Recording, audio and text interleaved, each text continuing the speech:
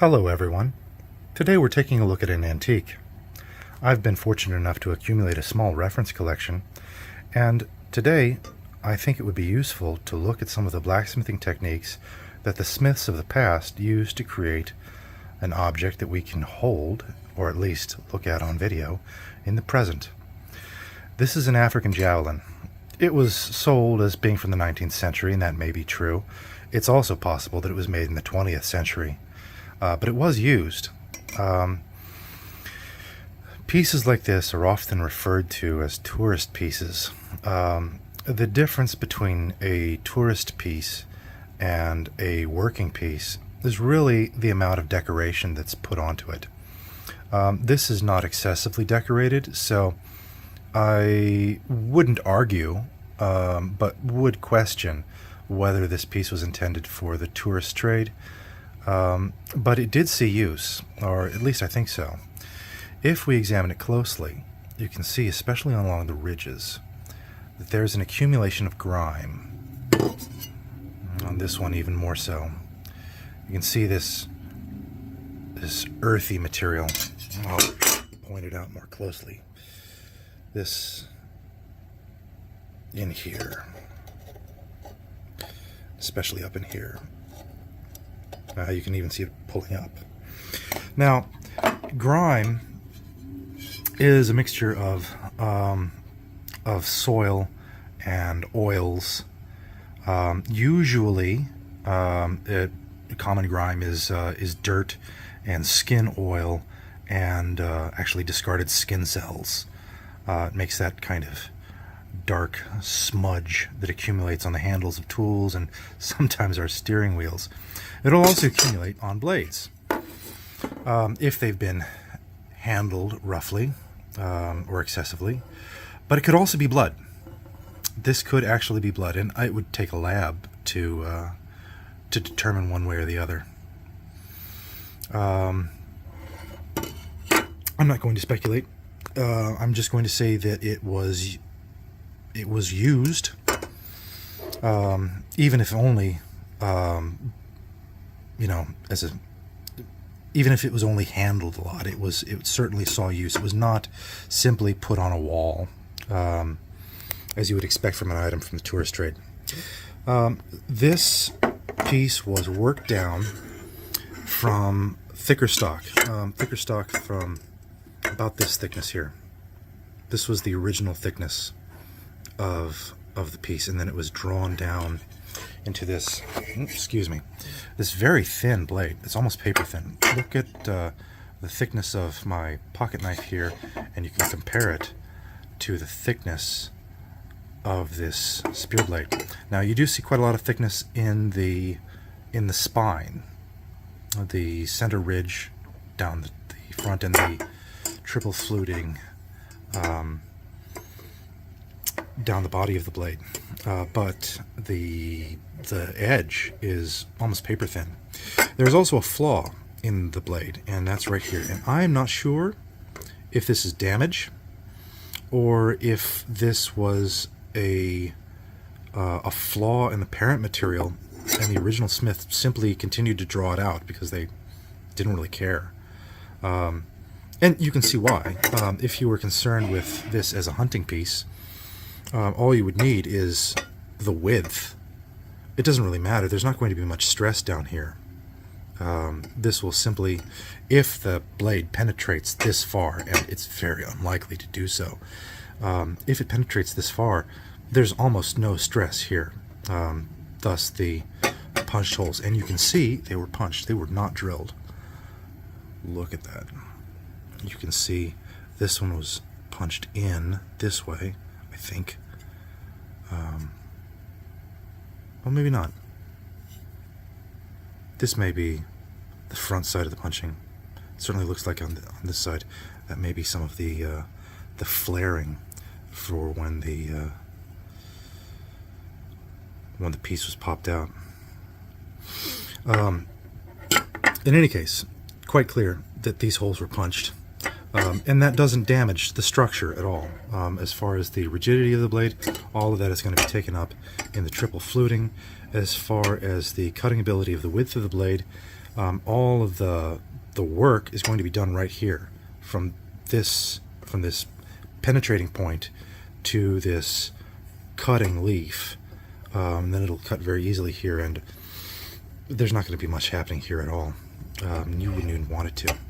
But this is solid right here, and this was worked down out of this parent material, and the socket is still split.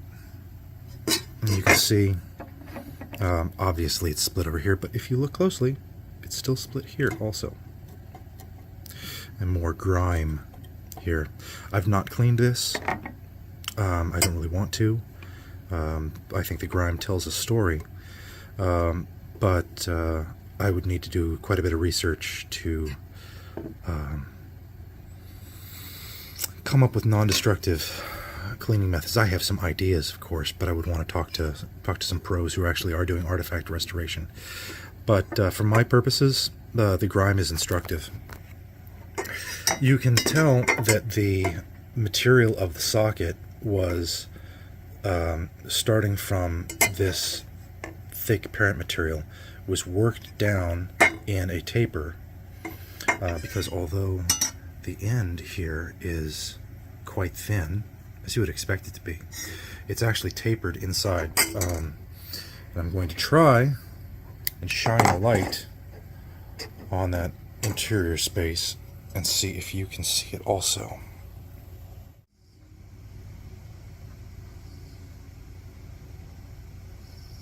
All right, that was kind of difficult. But the interior of the socket tapers quite sharply. So the internal socket is conical, while the exterior is straight, almost cone-shaped, indicating that all of the socketing material was worked down from its thick parent stock. This is a clever piece of blacksmithing. It really is. The flutes would have been done using fullers. A fullering tool is, well, there's often a hardy tool that comes off of the anvil, and then a hand tool that works from the top. So they're paired top and bottom. It's unlikely that this would have been a spring tool, although that's what we would probably use in a modern shop today. African smiths are well known for using minimal forging equipment and getting outstanding results. Some of the best pure smiths in the world are African. They achieve astonishing results with hot work alone. Very, very minimal cold work done on African pieces, but the hot work is just astonishing. So these would have been have a top and bottom tool, and it would have been held by an assistant. The assistant would have been responsible for lining up the top and the bottom of the fullering tools, and the smith would have struck them, probably. Although the smith may have held them and had the assistant strike them. Could go either way. But yes, this was worked in with a fuller. There's an unusual texture in here. And I'm not sure if that comes from cold hammering, because it might. This might be, I think these actually are hammer marks with a cross peen. I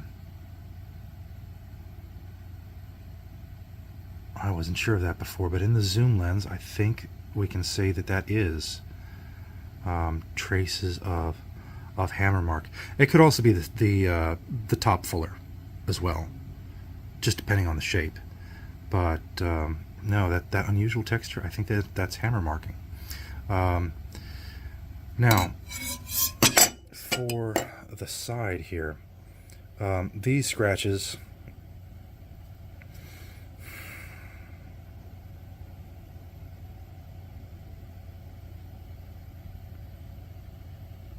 I think are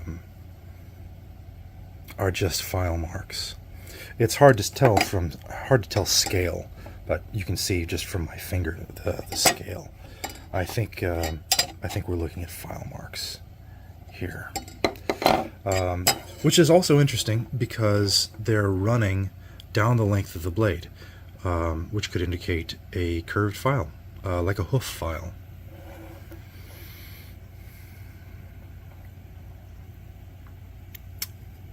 The tip is a little bit bent,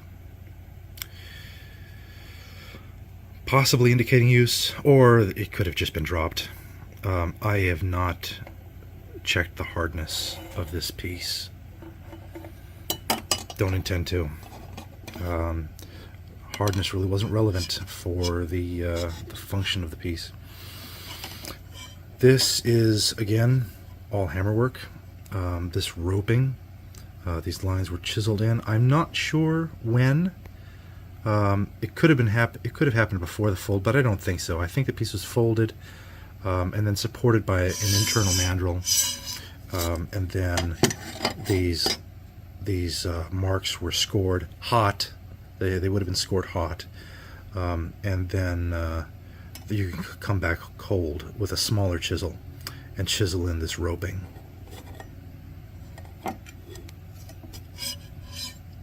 I'm not sure about the concavity here on this little triangle.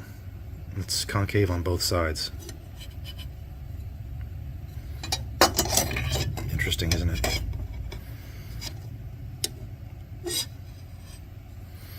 This could be filed in, but I don't think so. I really don't. I think that was hammered in. More grime up here. Quite a bit more. It is a fascinating object, I think.